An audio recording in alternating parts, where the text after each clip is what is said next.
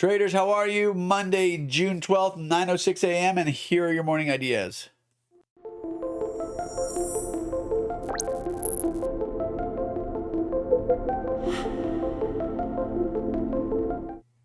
Okay, gang. So we'll just start the week by looking at the news for the week. Today we've got nothing. Tomorrow, pretty big CPI numbers at 8:30, and then Wednesday FOMC. So a lot of, and then retail sales on Thursday. So there's a lot on the docket. Last week was pretty quiet on the docket. This week, quite busy. So especially tomorrow, be aware of CPI. It's especially important because we are above now this range that we talked about. We talked about 42.50 being the test on the way back. We never really got to 42.60-ish. Last week was the closest we got to that 42.50 area, and now we are at 43.60, so 100 points higher. And now we're eating into what was this range that we were in before, right here. And we talked about how 4,500 or 40, I think the numbers have changed a little bit because we're looking at the continuous contract here now. And I'd have to go over it. Let's do that right now. We don't usually do this on the morning ideas, but I haven't looked at this myself yet. ES futures.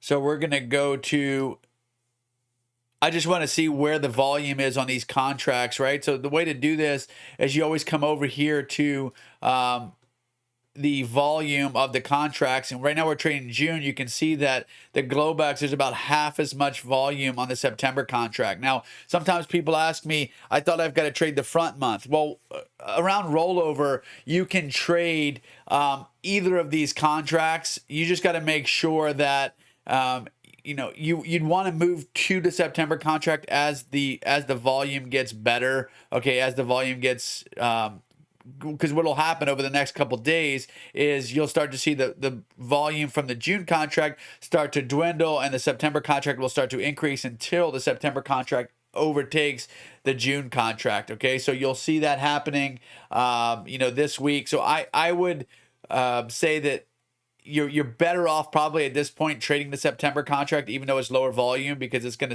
start to take over for that. And that's why you see the discrepancy here between these contracts when you're seeing 43.62 because it's using the September contract. So I'll change this ES to, let's get rid of the June. And let's go to the September contract. I believe September is U.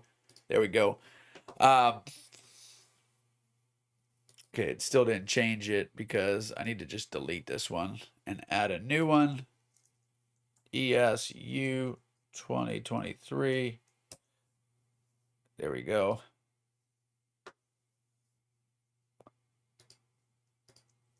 All right, so we should have that one added now, and then I'll have to move it up.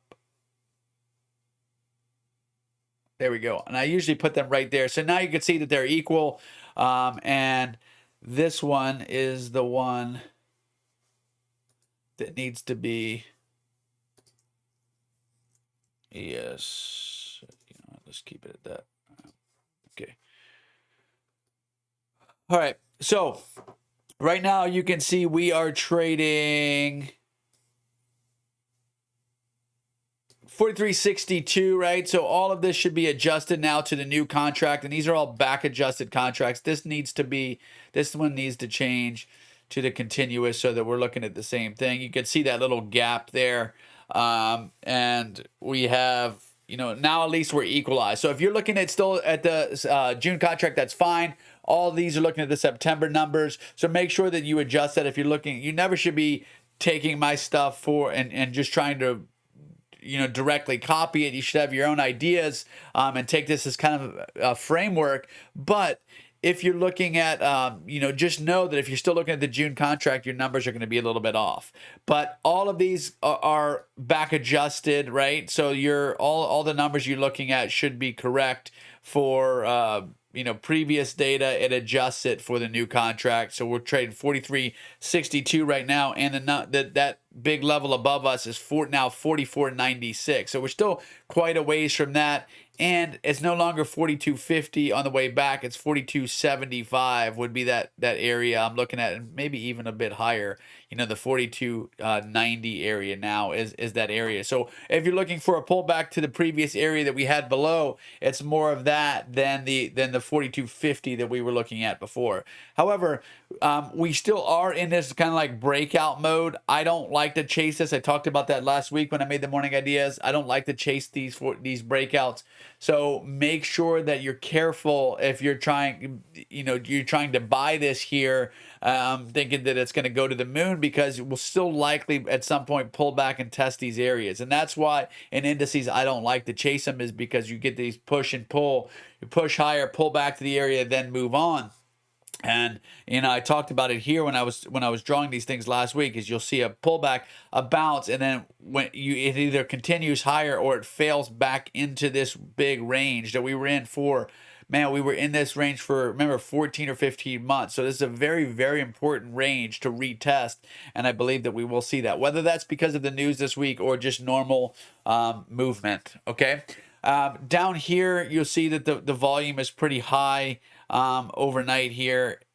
Sometimes this is due to rollover and stuff. So I don't like to take too much, look too much into the volume the first couple days after the rollover.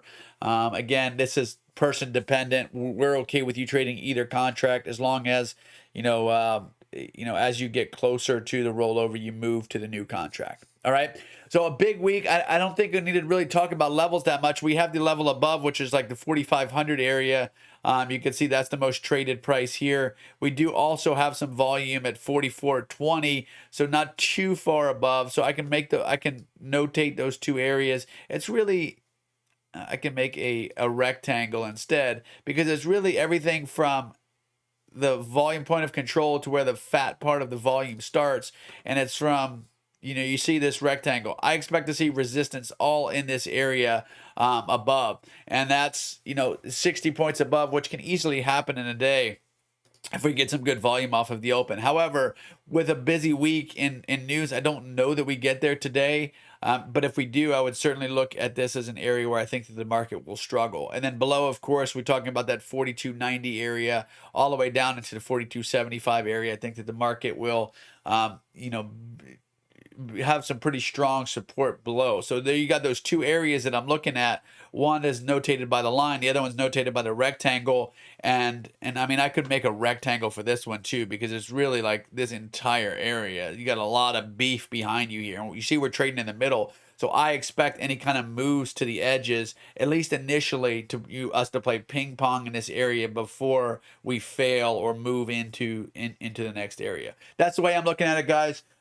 We will be, to conclude here, we will be announcing a new promotion today or tomorrow, as the 50% off, that all the stuff around the pro account has expired now. Again, it's Monday, June 12th, so look for that video later. And I look forward to talking to you guys all again soon.